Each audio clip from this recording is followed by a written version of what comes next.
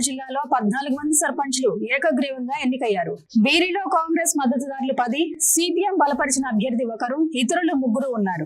ఖమ్మం జిల్లాలో 20 సర్పంచ్ స్థానాలు ఏకగ్రీవం అవగా 19 చోట్ల కాంగ్రెస్ బలపరిచిన అభ్యర్థులు, 1 చోట సిపిఐ మద్దతుదారు ఎన్నికయ్యారు. వైరా మండలంలో కాంగ్రెస్ ఏకపక్ష విజయం సాధించింది. 22 పంచాయతీలుండగా 20 పంచాయతీల్లో కాంగ్రెస్ మద్దతుదారులు పాగా వేశారు. ఒక్కో చోట సిపిఎం, భారాస మద్దతుదారులు గెలుపొందారు. బోర్గంపాడు మండలం సారపాక గ్రామ పంచాయతీలో కాంగ్రెస్, భాజపా మద్దతుదారులు స్వతంత్ర అభ్యర్థి మధ్య గట్టి పోటీ నడిచింది. చింతకానిలో కాంగ్రెస్ మద్దతుదారు కిలారు మనోహర్ 250 ఓట్ల మెజారిటీతో విజయం సాధించారు. కొణిజర్లలో కాంగ్రెస్ బలపరిచిన అభ్యర్థి పుష్పావతి 1456 ఓట్ల మెజారిటీతో గెలుపొందారు. వైరా మండలంలో పెద్ద పంచాయతీ రెబ్బవరంలో కాంగ్రెస్ మద్దతుదారు వేల్పుల జ్యోతి విజయం సాధించారు.